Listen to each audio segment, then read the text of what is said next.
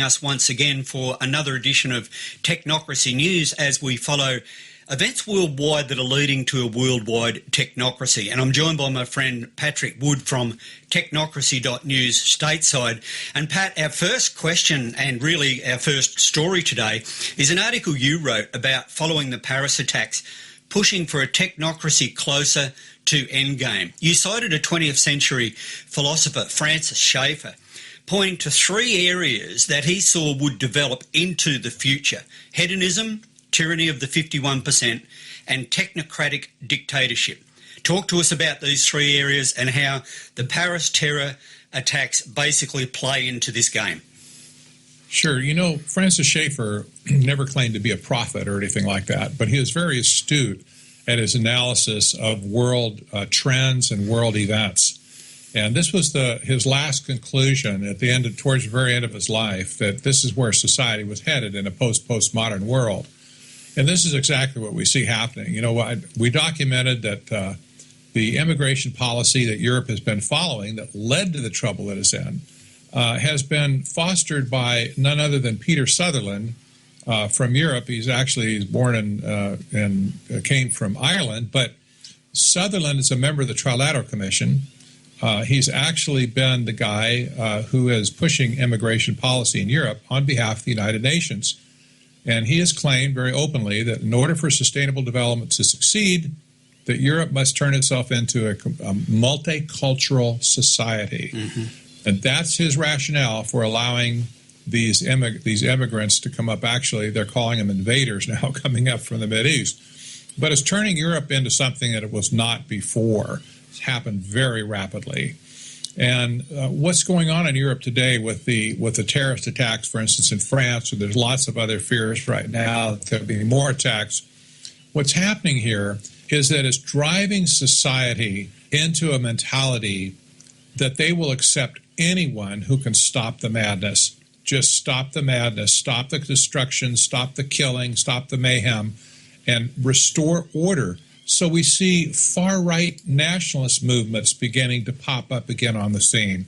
We see a rise again of neo-Nazi movement rising up in several countries.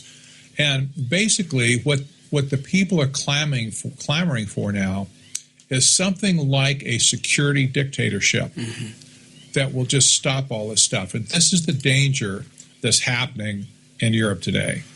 And, you know, Peter Sutherland, who you quoted in your article, said no other force, not trade, not capital flows, has the potential to transform lives in sustainable, positive ways and on the scale that migration does. So the architects here understand that a mass migration, invasion, whatever you want to call it, has the potential to implement a whole lot of new technocratic measures. A surveillance state. We have one of our senators over here in Australia, Jackie Lambie, calling for the Grand Mufti, Ibrahim Abu Muhammad, to be fitted with a monitoring bracelet. Now, she's a little bit out on the right, you know, of the political spectrum. However, the mood in Australia is that many of the people are very concerned now, of course, about Islam following Paris. And, you know, there has been this growing underlying fear that's been developing. And every time we see a new attack, we see that fear escalates, which ties into really the UN and Obama's aim for this world security state. And we find all nations joining together saying we are all one.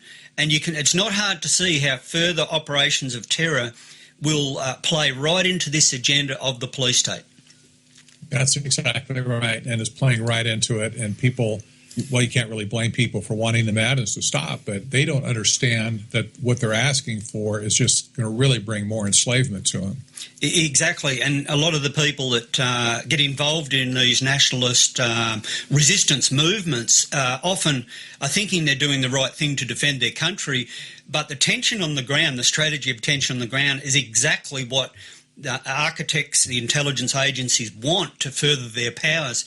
But there's also an economic aspect to this. We see a lot of the European leaders really talking about how they've got to ID all of these refugees. And on the economic front, MasterCard is rolling out a payment system using facial and fingerprint recognition. So, Pat, let's think for a moment about how the corporate world, Google, the banking world here, MasterCard, and others are all playing into this biometric, possibly RFID, eye scanning, fingerprint scanning of the future. Exactly. This is coming like a freight train right now. All of the major ID institutions like MasterCard, you have to have usually some sort of identification with it. In America, they're rolling out the RFID chip in all credit cards like they have in Europe currently. But there is a massive movement towards using other types of identification as well, not to replace RFID, but to shore it up, to make it even more secure. Facial recognition is a huge item right now. This technology has been tested, has been proven. It may not be the primary thing that you'd ever want to use to identify somebody, but when you have one or two other things, like maybe a fingerprint or maybe that RFID card with some information in it, you have proof positive who you are. And there will be a day when you walk up to the teller machine that issues the money in the front of your bank. There will be a day soon where you walk up to that machine and it will say something like, "Welcome back, Mr. Wood. How can we help you today?" It's interesting. And once again, we find that this mass immigration or refugee crisis is being used to really facilitate this. Our immigration minister here, Peter Dutton, recently went to and visited one of the Syrian refugee camps because Australia is taking 12,000 extra refugees in the wake of this European crisis. And this is what he said. He said, "I was in Jordan only a week before last, and there's a lot of talk here about false documents and false passports, and we need to make sure that we know who is coming into our country." He said, "We take biometric testing, and we said that we want as a priority women and children." Now, he went on to say that this biometric testing was already being implemented under this immigration crisis. So it's not hard to see how the states, the state in the world can actually say, well, look, we need to really make sure of who's in our country now. We need to ID everyone via this biometric method, maybe rolling out with fingerprints and iris recognition. But ultimately, this biometric testing and identification is the technocracy aim to quantify everything into this electronic format, right? That's right. Everybody has to be in the system in order to be trackable. And the excuse for chipping, or not chipping, but for identifying all the other people in society, the good people, is because of the bad people. And you can't just do the bad people without doing the good people, because how could you still tell the difference? They could say, no, let's just get everybody in the database and be done with it. That's where it's going. Exactly. And this also plays into what we just mentioned also about the rise of the far right in countries who are concerned about their culture, possibly a lot of the time being falsely labelled as extremists, but really they are reacting to something that's been imposed upon them, and how they are actually coming under the classification now of hate speech, and the intelligence agencies and police have got their eye on these groups just as much as Islamic groups. And so we see both sides of the spectrum as fully covered with this strategy of tension. As basically the angle is we have to surveil everyone, because if anyone says anything wrong, they're a potential terrorist, right? That's right.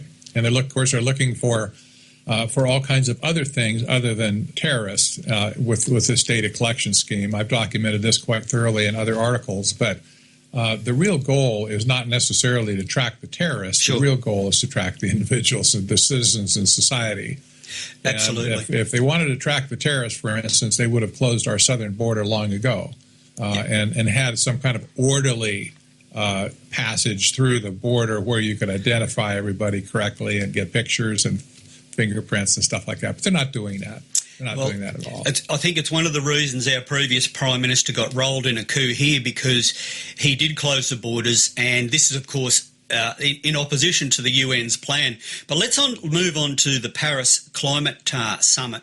$90 trillion up for grabs. Now, down here in Australia at the moment, we have some bad bushfires taking place, 4 confirmed dead this morning, massive piggeries have been destroyed, a lot of rural infrastructure and farming produce, etc. Every time we see a bushfire or any sort of climatic event, even though we have had these in the past over hundreds of years, going into thousands of years, but hundreds of years of records, we see that any of these natural events are immediately used by the climate change advocates. And I've seen an incredible number of these stories come out now just leading up to Paris. They're trying to turn the volume up. These are natural disasters that do take place. In Australia, we've always had bushfires, but with $90 trillion up for grabs, Pat, it's obvious that the media will use the hype to, turn up the volume in the population, soften them up to get ready for global carbon taxes. Well, that's right. And, the use of news like that, bad news when there's a fire, is very selective. They only use those things that support their case. They don't use anything else. They'll never reference or mention anything else at all. And there's plenty of things to reference. For instance, our National Oceanic Service, NOAA, came out with a report recently, or excuse me, it was NASA, came out with a report recently that said that the Arctic ice was growing at a record pace.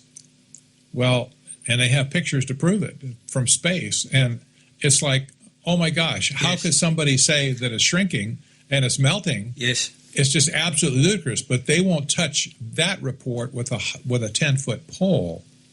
But they'll point to something like some fire or something down in Australia as proof that global warming is just as certain as the sun's going to come up tomorrow, and it's just nonsense.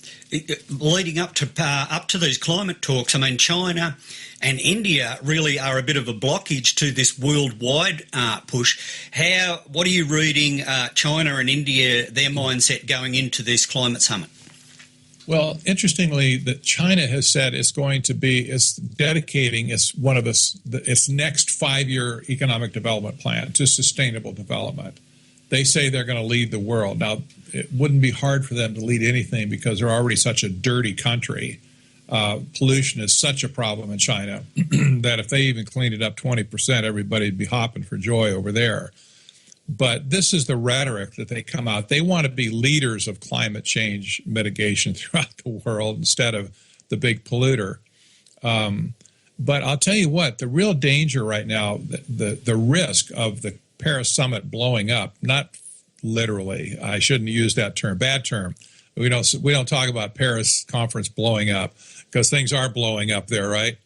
But several other third world countries, smaller countries, have said that they're getting very nervous about this climate change nonsense because they're starting to sense that it's going to cost them, that they're going to be the ones that are going to get gouged for the bill. And they should be concerned because many of these nations have been plundered by the same oligarchy several times over the last 50 years. You'd think they start wising up. Well, I think they are. And with the public sentiment being so low right now regarding climate change, only about 3% of the population give a rip about climate change. It's way down on the list. Yet they act like it's the most important thing in the whole world. And oh my gosh, we might as well not even go on another day until we solve this. And people are looking through this. The political machine is looking at this now. Leaders from other countries they're listening to their own people. People are saying, what are you doing? What are you doing? This is crazy. We have real needs out here where we live, and you're running off to make all these commitments and stuff, and you're just going to grind us down on the dirt even further. There is a risk that has been admitted, even by the head of climate change at the United Nations, Christiana Figueres, that things could well melt down in Paris for them. And she said very